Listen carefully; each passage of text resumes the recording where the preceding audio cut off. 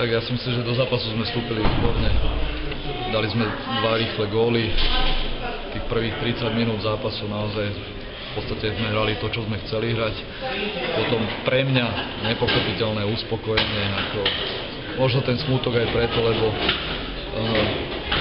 ja som tréner, ktorý dbá aj na to, aby bol ten herný prejav, aby sme sa posúvali niekam vpred.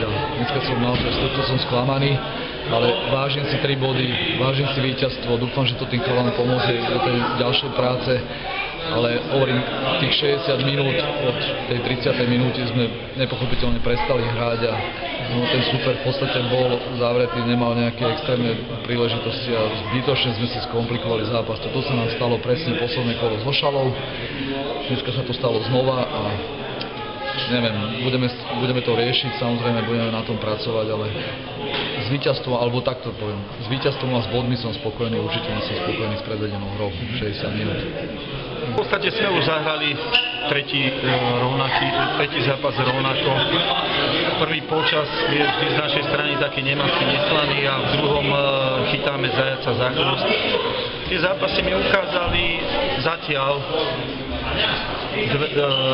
dve pozitíva a to, že máme dobrú kondíciu, lebo vždy v závere každého supera pritlačíme a vždy sme lepší v tých druhých polčasoch a že v tých hráčoch existuje nejaká túžba po víťazstve a nezlomná vôľa.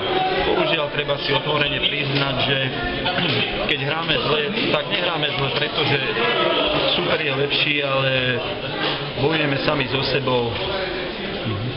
Nepriateľom mnohých hráčov je lopta. V podstate toto je náš najväčší problém. Čiže zlyhávame v technike, v dynamike, v práci s loptou, v prihrávkach a ukazuje sa, že na túto súťaž len bojovnosť a kondícia nestačia, takže budeme rozmýšľať, ako sa zlepšiť. Na lavičke znova sedeli len 17-roční dorastenci, takže to je ťažko aj obmeniť ten káder a v podstate nebalíme to a určite sa nevzdávame, lebo si myslím, že aj ten druhý polčas môže byť sprúhol a ja verím, že budeme hrať lepšie. Lenže keď pribúdajú zápasy a nepribúdajú body, tak tá psychika to ide strašne dole, rapidne dole, čiže znova hovorím, my s tým hlavne sa teraz budeme trápiť a verte mi, že to nie je jednoduché ako motivovať tých hráčov, aby oni motivovali sami seba, aby sme podávali lepšie výkony. Čiže našim ohromným problémom je taká deka, ktorá na nás leží a psychika, s ktorou potom už všetko súvisí od nedisciplinovanosti, od neochoty trénovať, od bratia toho, že nastúpim zápas a skoro je to zátrest a tak ďalej. Čiže s tým sa my musíme popasovať a nie je to jednoduché.